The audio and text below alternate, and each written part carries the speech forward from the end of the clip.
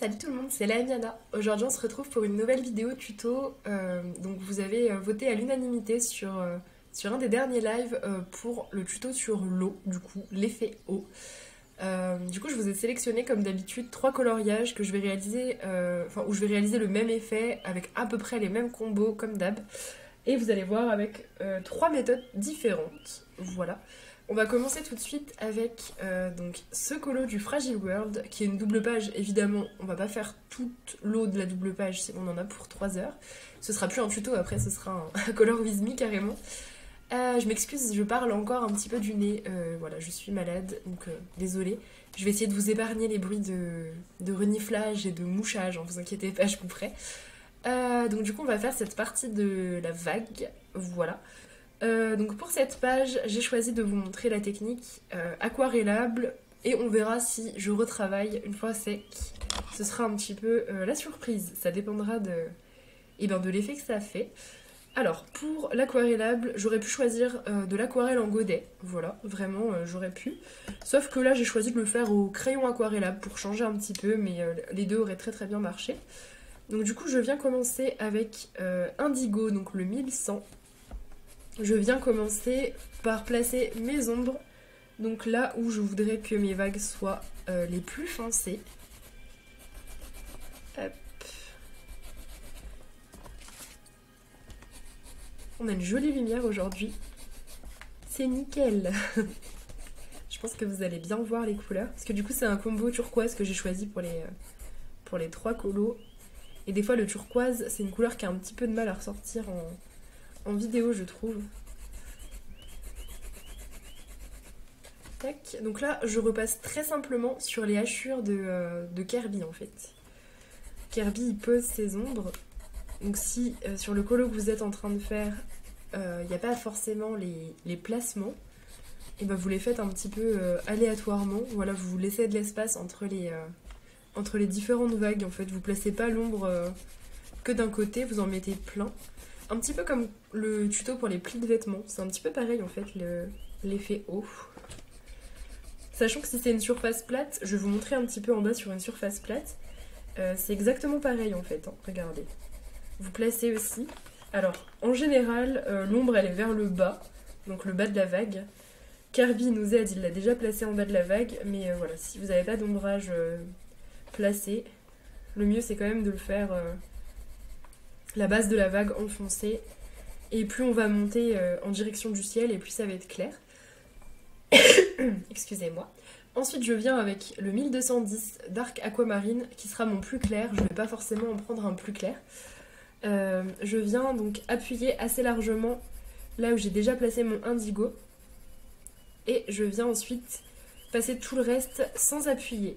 Donc je repasse sur le foncé en appuyant assez fortement pour que ça se mélange, et là où on n'avait pas mis d'ombre, je n'appuie presque pas. Vraiment, je fais preuve de la plus grande délicatesse. Voilà, on appuie ici et on n'appuie pas là où on n'avait rien mis. Tac. Et on va essayer de faire en sorte que ça suffise juste cette étape.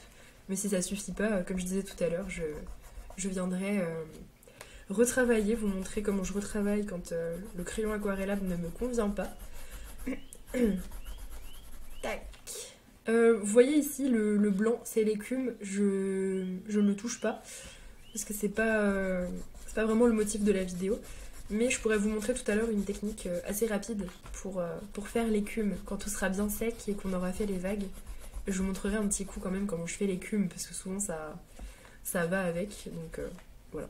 Je vais pas vous laisser comme ça en mode on verra dans une autre vidéo. Non, on va tout regarder d'un coup. Et pour le bas c'est exactement pareil, j'appuie là où j'avais mis mon indigo, je relâche pour faire le reste. Je peux me laisser une petite bande blanche, mais ça sert à rien parce qu'une fois qu'on va aquareller, elle va pas forcément rester, donc hop, voilà, ça donne quelque chose comme ça. Maintenant on va venir aquareller.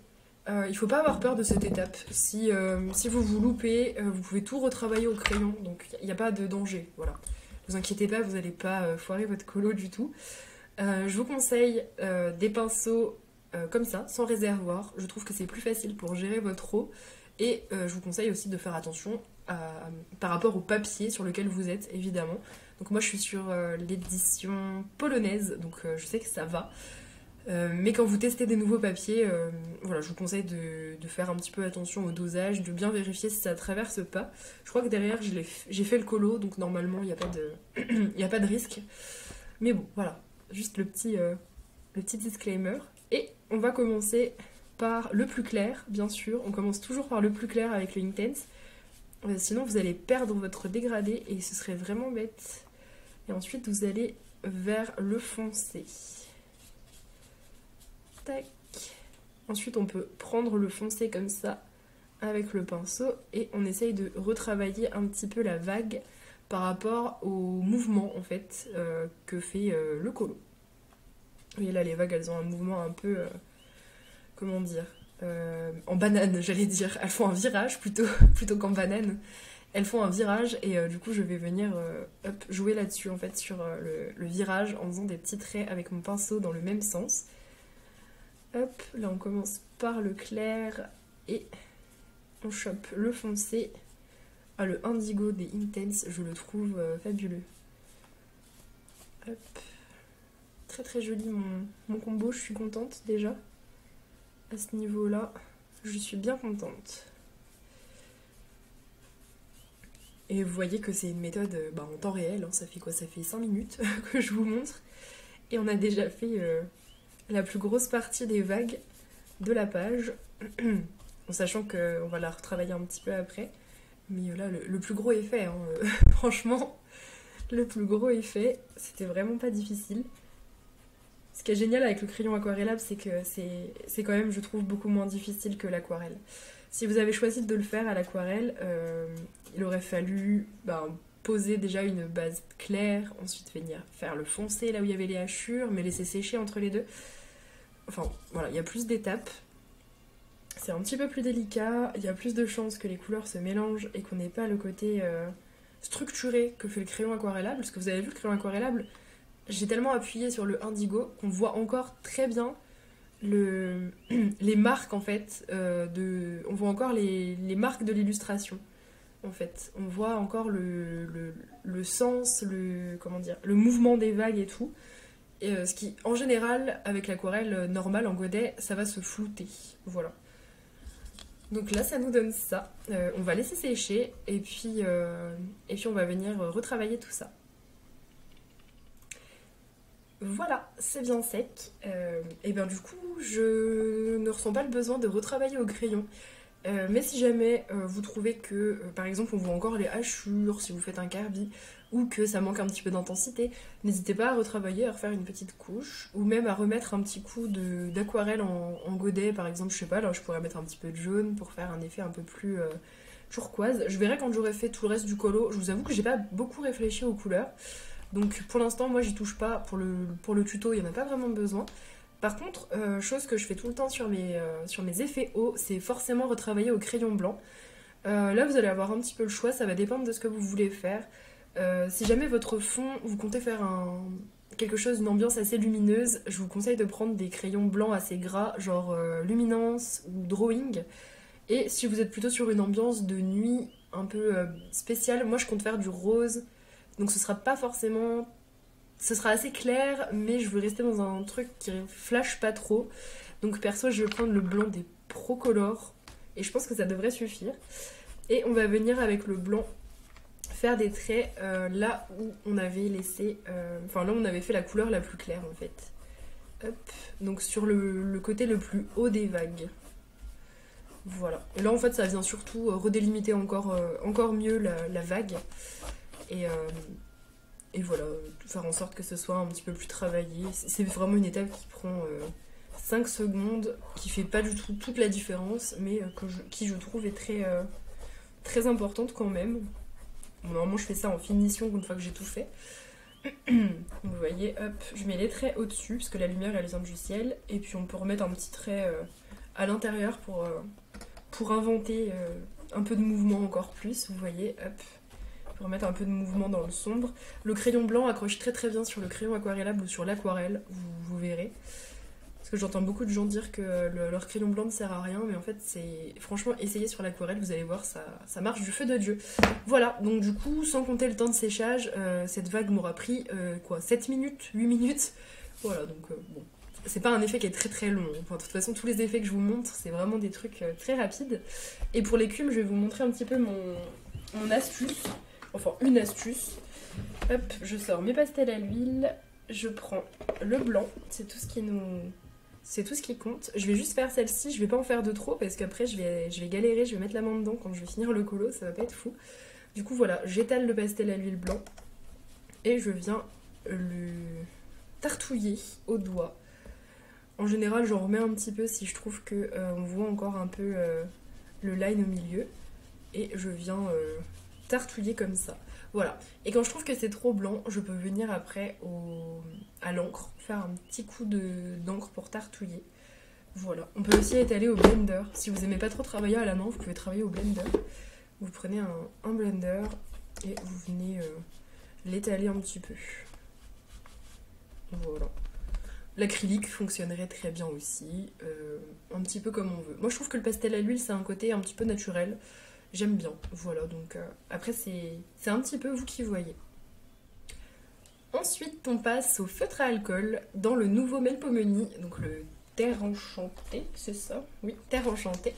Ça va être mon premier colo du coup, que j'entame, enfin je vais entamer le livre avec vous.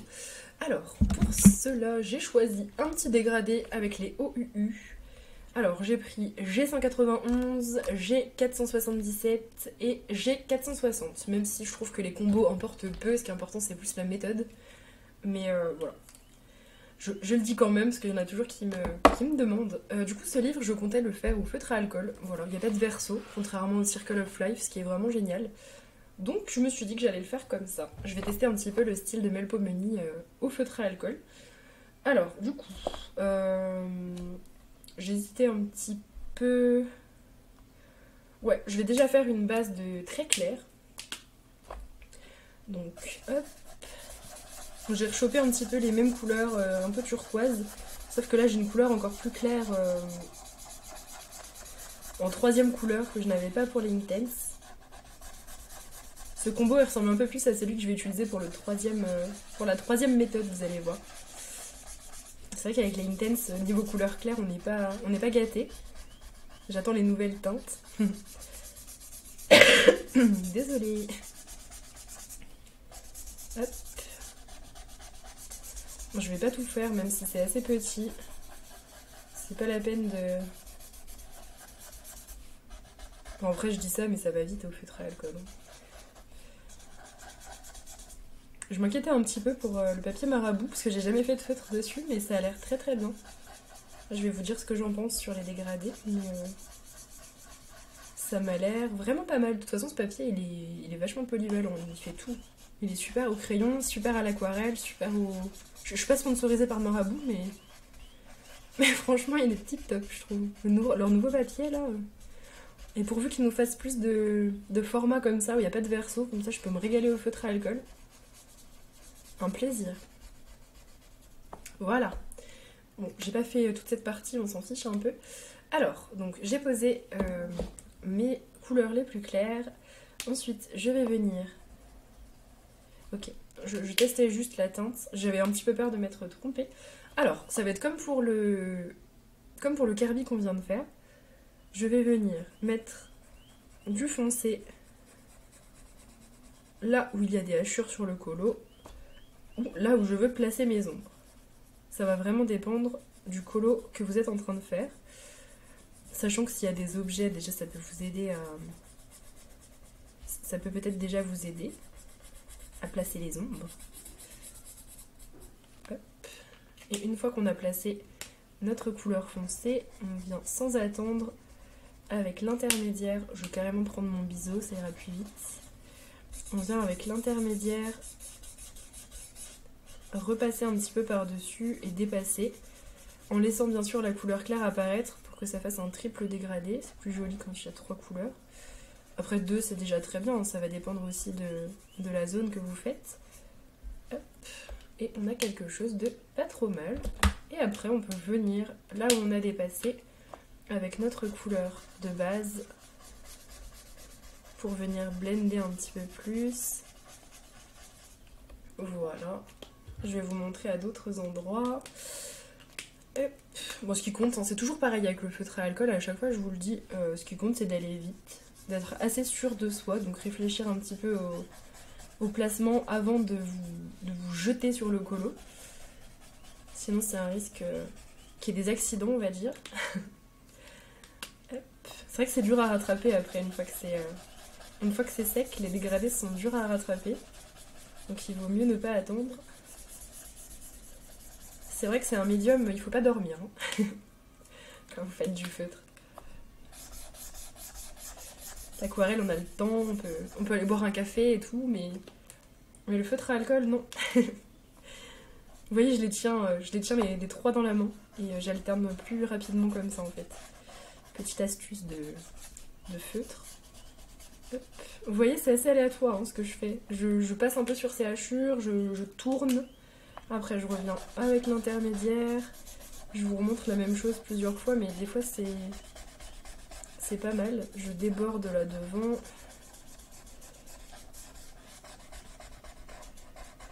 Donc ça, si vous avez une surface plate, vous le faites vraiment enfin, à plat, quoi. Ça dépend. Là, il y a des espèces de petites vaguelettes. On a un semblant de vague. Donc je fais dans le même sens que l'illustration. Si ça avait été des vagues en banane, comme celle d'avant, j'aurais fait mes hachures en banane aussi. Hop. Bon, en tout cas, tip top le papier. Franchement, nickel pour faire des... Allez, une petite dernière pour la route, parce que je suis accro au feutre à alcool. Et après, on passe au crayon. Je vais un petit peu moins rigoler. Non, je rigole, ça va aller. J'ai pas choisi un colo qui allait me faire souffrir comme je fais parfois. Je suis malade, alors j'ai été gentille avec moi-même. Hop. Je dépasse. Là aussi, je laisse bien sûr ma couleur claire.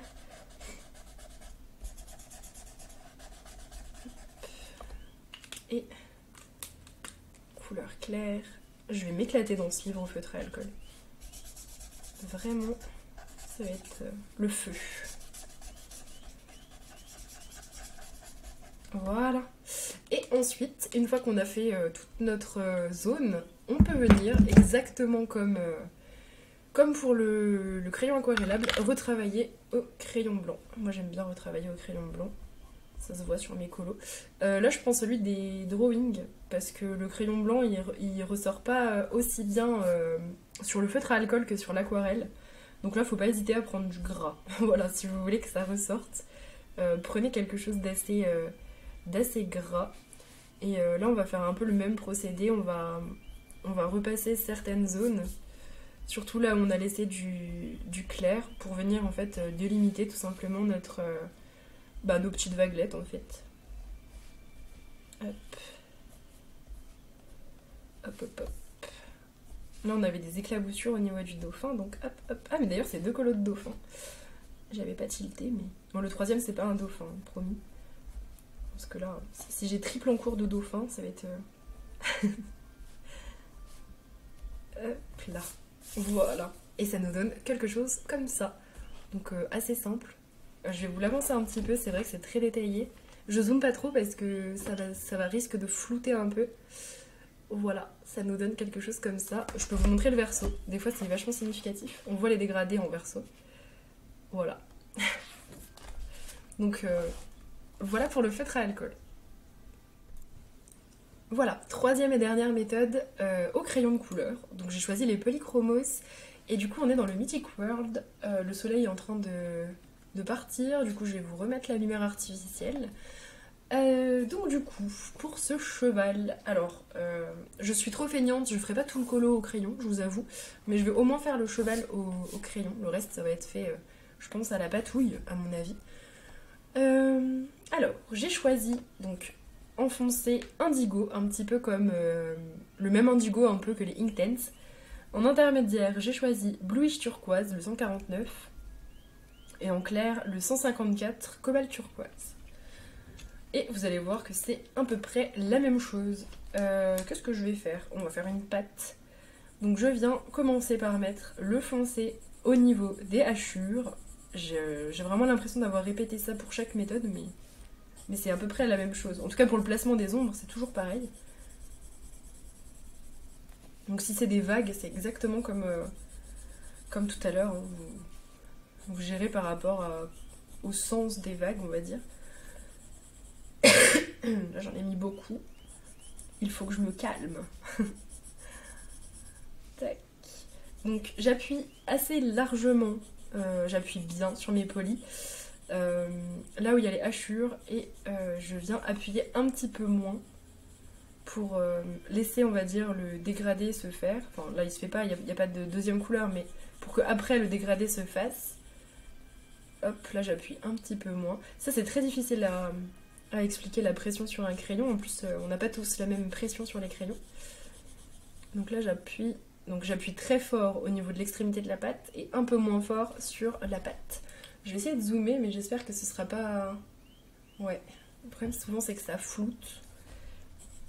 J'espère que vous voyez suffisamment. Hop, on va faire toute cette partie ensemble. Ce sera déjà assez significatif. Donc là ça aurait été exactement pareil si on avait été à plat. J'aurais fait foncé là où il y avait les hachures, ou foncé là où je veux placer mon ombre. Sachant que l'ombre c'est assez aléatoire avec l'eau, hein. Vous prenez pas trop la tête. Souvent l'ombre elle est, comme je vous avais dit tout à l'heure, en bas des vagues. Et s'il n'y a pas vraiment de vagues, vous inventez. Voilà, vous mettez un peu d'ombre, après un petit peu de lumière. C'est très, très aléatoire. Faut se laisser un peu aller avec les effets comme ça. Ensuite je viens avec l'intermédiaire reprendre avec une pression... alors pression forte là où j'ai mis l'ombre. C'est très répétitif du coup. Et un peu moins forte là où je vais laisser la lumière. Voilà.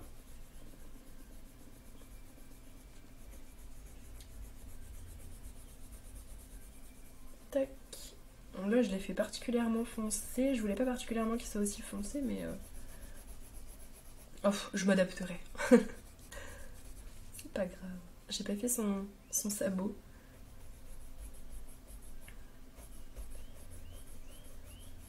Celui-là, je compte lui mettre des reflets roses.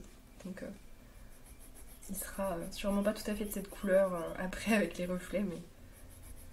J'aime bien vous montrer 3 combos qui se ressemblent pour qu'on voit un petit peu les trois résultats. Voilà, j'appuie. Je laisse la place en appuyant moins autour. Tac. Là aussi. Nickel. Voilà. Et avant-dernière étape, pardon, il y a le blanc après. Je viens refaire la même chose avec ma couleur claire. J'appuie. Après c'est très compliqué à expliquer le dégradé parce que du coup c'est vraiment une histoire de pression. Sachant qu'avec les polychromos, je les connais assez bien pour ne pas avoir à faire 2 couches. Là je suis déjà saturée sur mon papier. Vous voyez mon dégradé, enfin vous le voyez pas, mais il est lisse déjà, il est déjà saturé. Je sature très vite avec les polis. Parce que j'ai l'habitude, donc je sais exactement la pression qu'il faut mettre dessus. Il est très foncé mon cheval. Je le voyais pas si foncé dans ma tête, c'est pas grave. Ça va être un dark cheval d'eau. Enfin, je vais voir avec le blanc après ce que ça donne. Hop. J'ai déjà mal aux avant-bras. Je suis tellement pas habituée à faire des dégradés au crayon. Je fais 5 minutes de dégradé au crayon, j'ai des courbatures quoi. Aïe aïe aïe. Heureusement que je fais pas tous mes colos comme ça, parce que j'aurais des avant-bras de bûcheron. Voilà. Ça donne à peu près ça. Et la dernière étape de mon dégradé, alors je fais pas pour tous les dégradés, c'est juste parce que je fais un effet haut. Je viens avec un blanc, bien gras, venir dans mon plus clair et hop, je blende, je viens faire des effets lumineux. Bon là je dessine l'articulation de la pâte, mais en général quand vous faites un effet haut, il n'y a pas d'articulation de pâte. Donc vous accentuez la lumière là où vous voulez la placer, en général face au ciel pour l'eau. C'est ce qu'il y a de plus classique, on va dire. Voilà. Après il n'y a pas de code international de placement des lumières, mais en général, la lumière dans l'eau, elle est placée vers le haut, en direction du ciel. Voilà.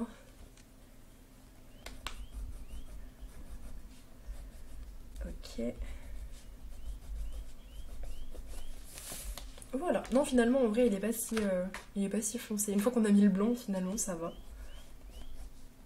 Hop, je peux repasser un petit coup à certains endroits pour faire vraiment l'effet haut. Ça, on le ferait aussi avec une surface plane. Vous pouvez remettre des grands traits blancs comme ça, clac, clac, clac, clac, clac. Et ça donne des effets très jolis. Hop.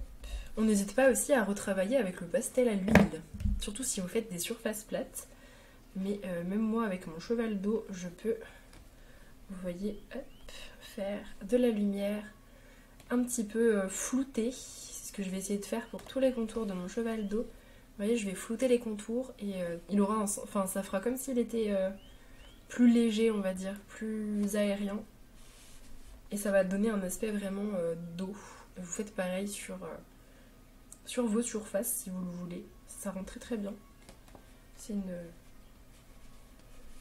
une façon sympa de donner vite fait, enfin vite fait, oui c'est quand même très vite fait, de donner vite fait un effet réaliste alors que ça nous prend pas non plus 40 ans. Vous voyez, c'est déjà très flouté, comme de l'eau. Voilà pour ces 3 méthodes. J'espère que ça vous a plu. Vous avez vu, c'était 3 méthodes très rapides. Hein. On a mis, je crois, moins de 10 minutes pour chaque méthode, même si on n'a pas fait tout le colo, enfin toute l'eau du colo à chaque fois.